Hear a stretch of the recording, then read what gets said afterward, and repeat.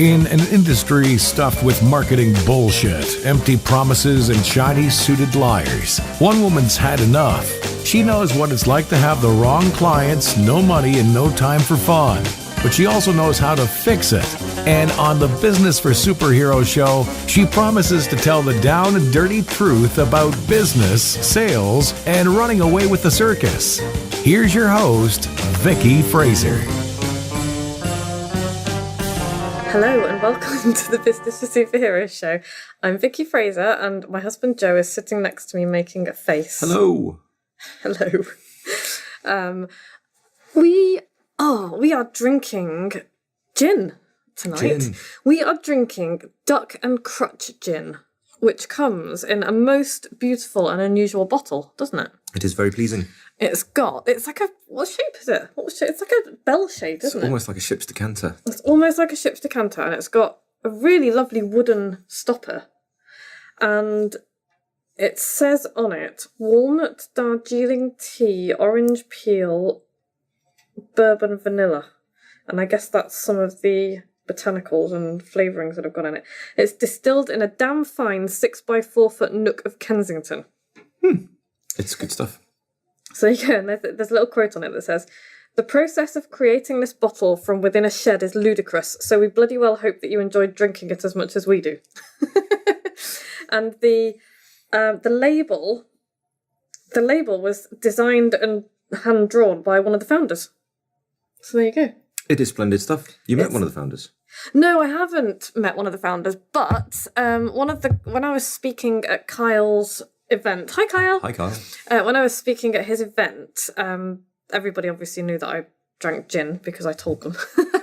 And one of the guys emailed me afterwards and said, "Oh, you should talk to this guy, Gordon, I think his name is." That's terrible. I've literally just looked at an email from him. Anyway, I said, "You should try this gin." So I got in touch with him. I was like, "Sell me a bottle of your gin." And he's like, "Okay, it's £50 a bottle. It's not cheap." And I was just like, "Don't." Yeah. Stop apologising. Stop apologising for it. Because it's only expensive if it's crap. It's not crap. It's lovely. It's not crap. It's delicious. So Duck and Crutch Gin, I think their website is under construction at the moment, so I don't think you'll go very far with it. But if anybody would like to try Duck and Crutch Gin, it's well worth the 50 quid that I have just spent on it. Apparently you're supposed to drink it with a sprig of thyme. Oh, right. And muddle it around, but I forgot to tell Joe that, so we're drinking it with lemon. And it's delicious. But I tried it neat as well. It's very good. So, right, what are we here for? Not just to talk about posh gin. Not just to talk about posh gin. We've also walked. If we sound a little bit weary and bunged up, I think it's because I'm about to get sick. But we've just walked 10 kilometres along the Cat's Back Ridge in the Brecon Beacons, and it was gorgeous, wasn't it? It was. It was a little bit kind of my face froze, windy and cold, and made your ears hurt a bit. But other than that, it was gorgeous. We did a tiny bit of light trespassing and explored some abandoned ruined cottages. Oh, and found a dead sheep. Found a very dead sheep. Well, I don't think it had been dead for that long, but it had been completely hollowed out. And it didn't smell nearly as bad as it would have done if it hadn't been as cold. So that was exciting. Anyway, right. We are talking this week about who you are. Right. Not you, our listener has. The listener. Yeah. So I was just kind of going to throw this question out there to them. There is one thing that makes you different, that truly makes you different from everybody else in your industry. What is it? Joe, what is it? Is it my charming good looks? I suppose that is an aspect of it, yes. Is it my twinkly eye? I suppose that is also an aspect of it, yes. It's your personality. It's me. Joe, it's you. It's just the fact that I'm me. It's just the fact that you're you. So the very easiest way for you to stand out from all of your competitors is to be you and bring your you-ness into your marketing. Because nobody else can actually do that. No, and if they do, they're going to look like a complete douche canoe, proper copycat, because... Yeah, you are, you can copy what other people are doing, but you can't copy the exact way that they do it, because the way that they do it is going to be very personal to them. You can't copy the person they are. You can't copy the person they are, no, and all you will be is a pale imitation and ridiculed. And at some point found out to not be genuine. Yeah, for sure. At some point, found out not to be genuine. So yeah. But I just wanted to kind of overcome a few common objections because I always run into common objections to this whole being you in your marketing thing.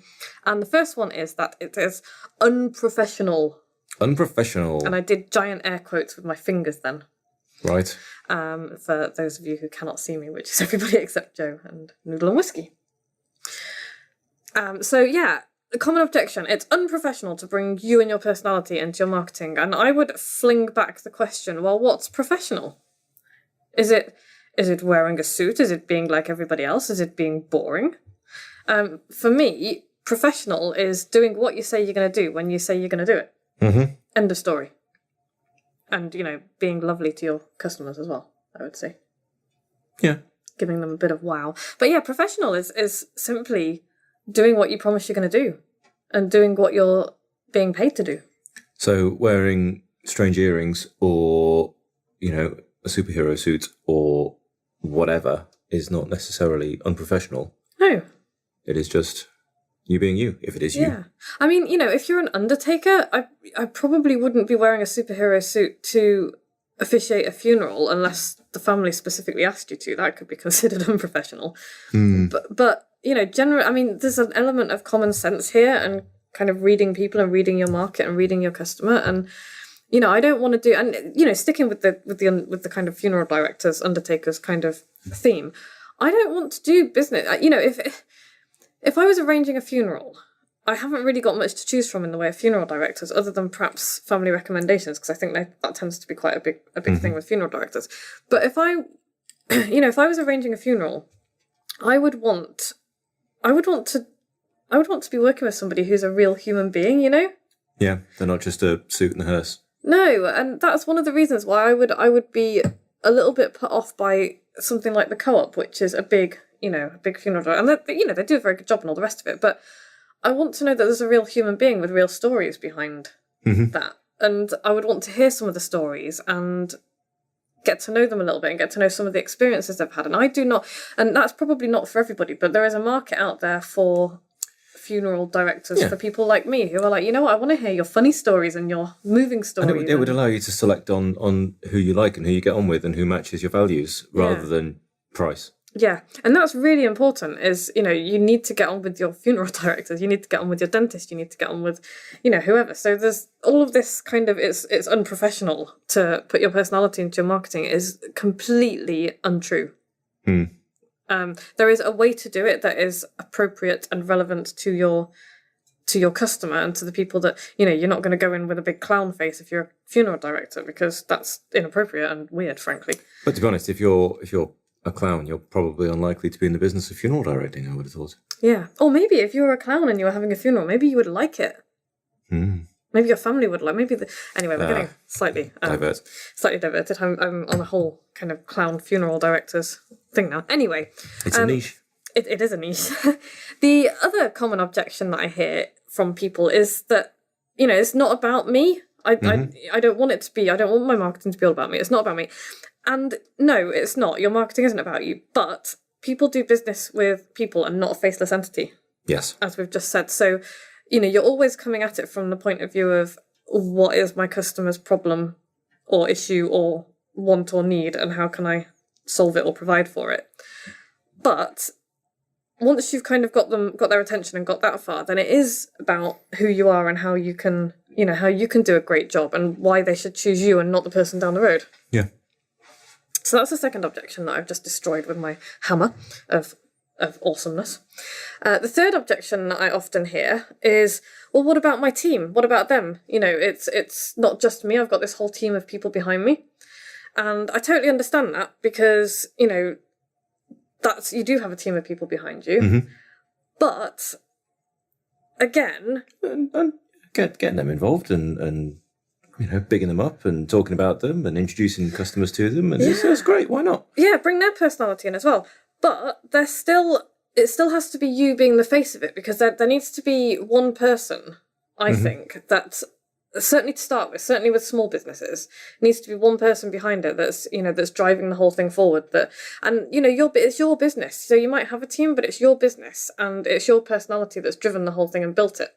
Yeah. And I don't think that it's a bad thing for that to be the driving force. And you can, because one of my superheroes was asking about this, and she was saying, I've got this team of trainers and all the rest of it. And, I'm a bit wary of it being just me. And it's like, well, but it is your business. It's your business. You're the one who's in charge. You're the boss. You're the one who's built it.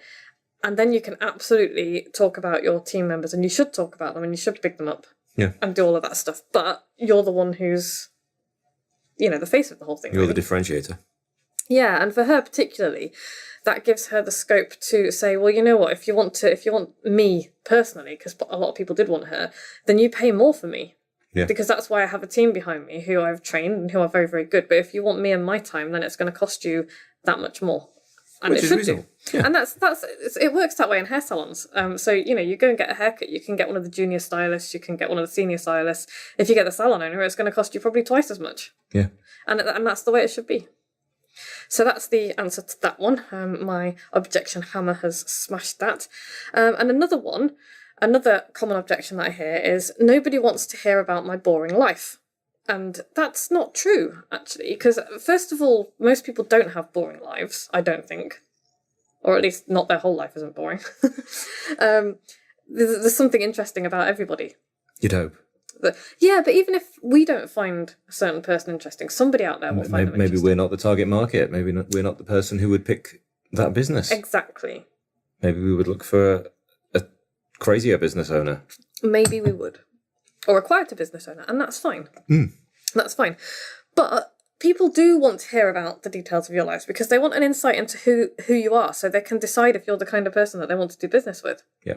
And this kind of goes back to what one of my superheroes said after she joined, not long after she joined. She said, the reason that I joined the superheroes originally was because you've just moved into a cottage in a village where my uncle used to live when I grew up, so I'm familiar with the village and I know it.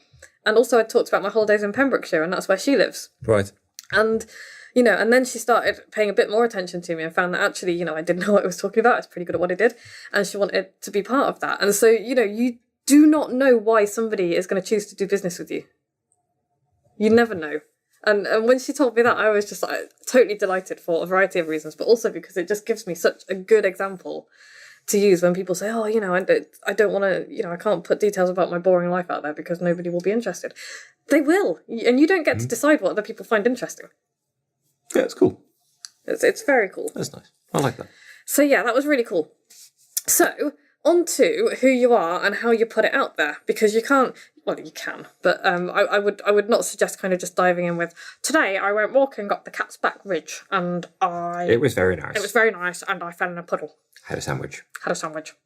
Oh, sandwiches were really good because they were wrapped in beeswax sandwich paper things, beeswax wraps. So it's quite the thing at the moment. There's a big drive to reduce the amount of plastic we're all using and throwing away. Single-use plastic is bullshit. We should all stop it. We should totally stop it. And I found this little company that makes beeswax wraps. And so I ordered a bunch of stuff from it. It's quite expensive, but it lasts for, years. Yeah, so these are people who've basically got some nice cloth and a process whereby beeswax and I don't quite know what is impregnated into the cloth. And you end up with quite stiff cloth that you can fold around your sandwiches and will stay folded. Yeah. And is airtight. Yeah. And is but it's still a bit breathable. Sensitive and it's not going to, you're not going to end up eating plastic stuff and all that. Good. Yeah, it's nice. Yeah, and their mission is to reduce the amount of plastic in the world. And they sent me this handwritten little note with it, which was lovely. Which is a good thing. So I'm going to send them a copy of my book. They're just called beeswax wraps, I believe. But I will put the link in the show notes. So if you go onto the website and have a look at the show notes, then you can have a look at the link there. But they're really pretty. They're pretty things, and they're just reusable, so that we don't have to be using cling film anymore. But yeah, if you were wrapping your kids' sandwiches up in cling film every day, you could just buy one of these things and use it instead. Yes. And this is relevant to the podcast because I was just about to say that, one of the things that you can do is talk about your mission and why you do what you do. Yep. And, the reason, I've never actually seen any other beeswax wraps things anyway. I'm sure lots of them will crop up yes. As this gets more and more. But their mission right from the start is, ditch plastic. Yeah, it's like similar to Who Gives a Crap. Yes, the toilet rolls. Toilet roll company. Brilliant. I need to cancel the next order because Jesus. I've massively overestimated how much toilet roll we get through, and we've now got like 50 rolls. Slowly filling the house up with toilet rolls. I'm going to build a fort. It's going to be great.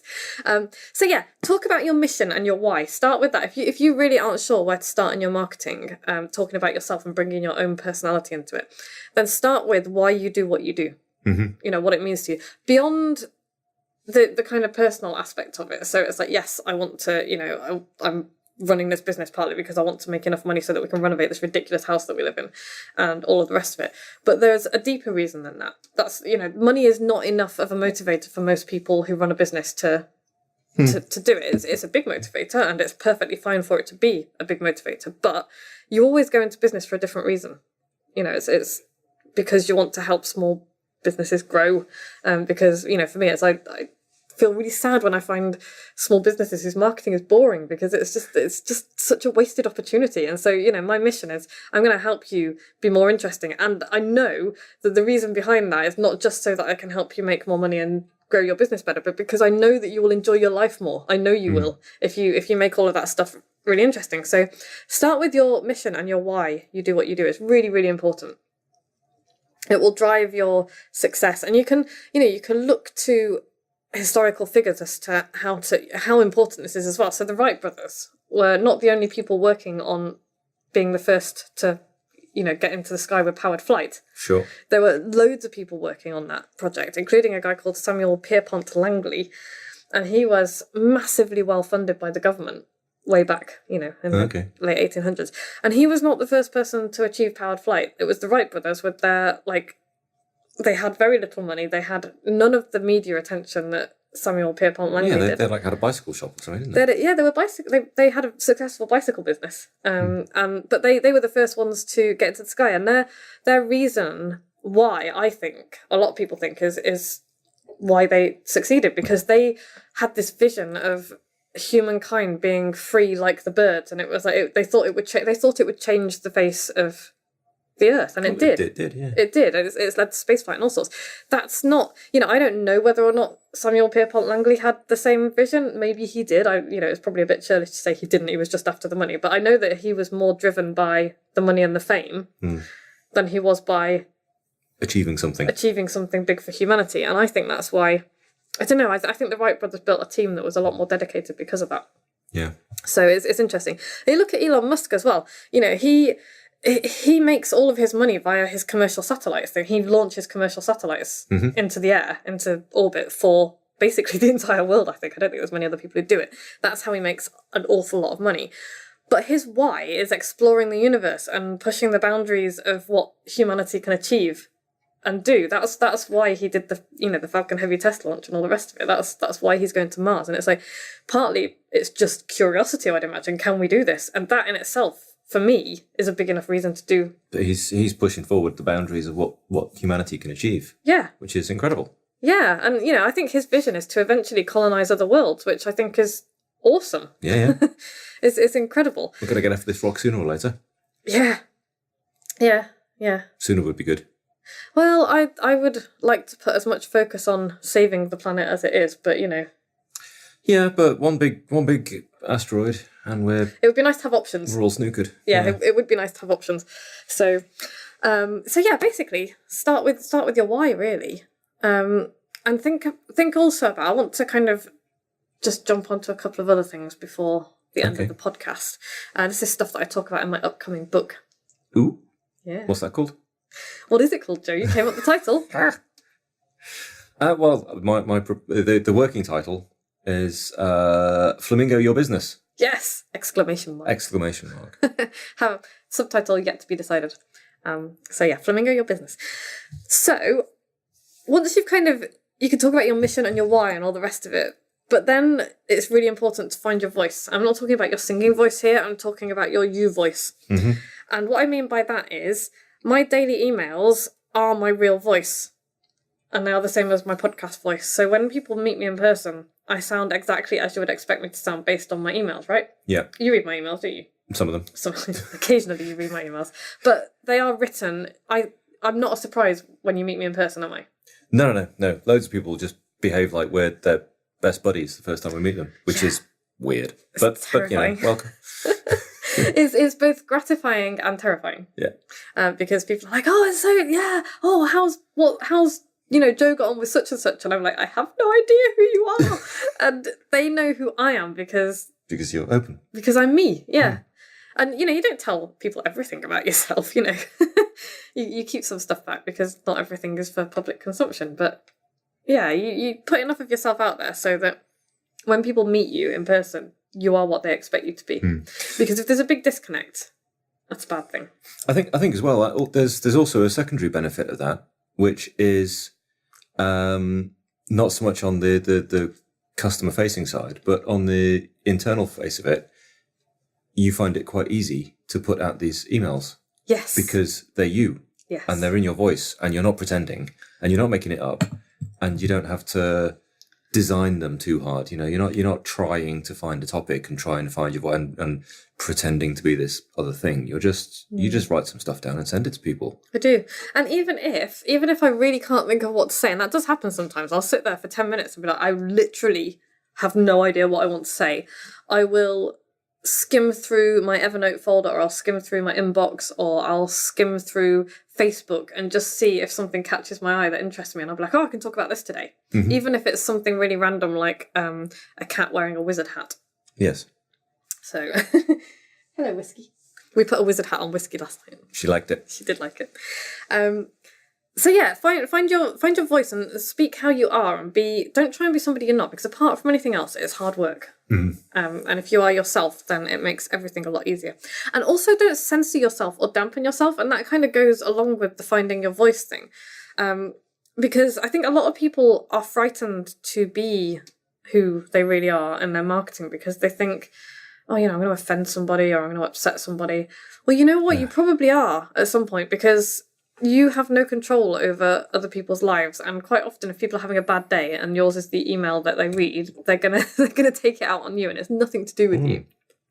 Also, you can't please everybody. It's like my mentor Peter said, SW3, the Chelsea principle: some will like you, some won't like you, so what? And Dieter von Teese as well had a wise thing to say: you can be the ripest, juiciest peach in all the world, and there is still going to be somebody who hates peaches. There is nothing you can do about that. So why waste your time and your life and your energy censoring yourself and trying to be something to please everybody when that's just never going to happen? Yeah. Just be comfortable being you and allow people to not like you that much if that's their bag. Yeah, and most people aren't going to think about you that much at all, frankly. There are going to be a few people who love you, a lot of people who like you, and a few people who, a really tiny number of people who really don't like you, and almost nobody who hates you. That is the very strong emotions are. You're going to be very few people at either end of that, and there are going to be more people who like you than don't. But most people are just going to go, oh, this person's being very genuine and open. Yeah, and that's appealing. Yeah, and mostly it is. Yeah. Yeah. But yeah, if you are friendly and open and yourself, you will attract people who are like you, and who like you, and who want to do business with you. And it just which makes business an awful lot easier as well, doesn't it? So much easier, yeah. Yeah. So much easier. Not attracting people who don't like you is a tremendous benefit to your business. Yes, it is. So there's a whole bunch of stuff that we didn't get to that happily we can just take for next week's podcast. So we're gonna carry on with part 2 of being yourself next week. But for this week, I would like you, as a takeaway, to put yourself into your marketing. Have an opinion and put it out there, and then deal with the consequences, good and bad. And it's really good practice. Yes. There's any number of things in the media at the moment that you could have a strong opinion on, as long as it's. And I'll talk about opinions a little bit next week, I think, because I think there are things to be said about that are important. But put yourself into your marketing. Tell a story from your life. Make it relevant to your customers. Put a twist on it in some way. But put yourself into your marketing and just see what happens. So next week, we will carry on with this because there's a lot of stuff that we didn't Loads get of through. stuff we didn't get to. I know. I put this together hurriedly and completely miscalculated how long it would take. So next week we will carry on with this. But in the meantime, you can pre-register for my brand new book, which is coming out in April. If you go to vickyfraser.com/flamingo, give me your name and email, and I will let you know as soon as you can order it. If you're one of the first few, you'll get a limited edition hardcover, and it is basically about how to be more interesting. It's about how to overcome your fears of standing out, why we're afraid of standing out, because there are really good evolutionary reasons for it, and all of the things that you can do to stand out in your business. It's going to be funny, I hope, and fun and practical, and you will be able to just do practical things to grow your business. Cool. That was a bit of a... Yeah, you need to work. You need to work on that. I'm very tired right now. You can also join Bookaholics Anonymous. It's free. Go to vickyfraser.com/book club and sign up there. And if you're ready, you can join my superheroes. Go to businessforsuperheroes.com/inner-circle and join an awesome group of people who are actively doing stuff to grow their business, and they will have your back and they will lift you up and tell you when you're about to make a horrible mistake. They will certainly tell you to think carefully about it, yes. But yeah, they will have your back and they will be there when you make the inevitable failures that you will, because we all do. And it's a really cool group. If you like this podcast, please go and subscribe on iTunes and leave us a rating and a review. We'll love you if you leave us a review. Or share it. Send people to vickyfraser.com/podcast. Cool. Yeah. That's plenty of things. Yeah. Do one of those. Do one of those things. And we'll be back same time next week. Thanks, Joe. No worries. Bye. Bye. Like what you've just heard? Tell your colleagues, tell your friends, send them to www.businessforsuperheroes.com/podcast.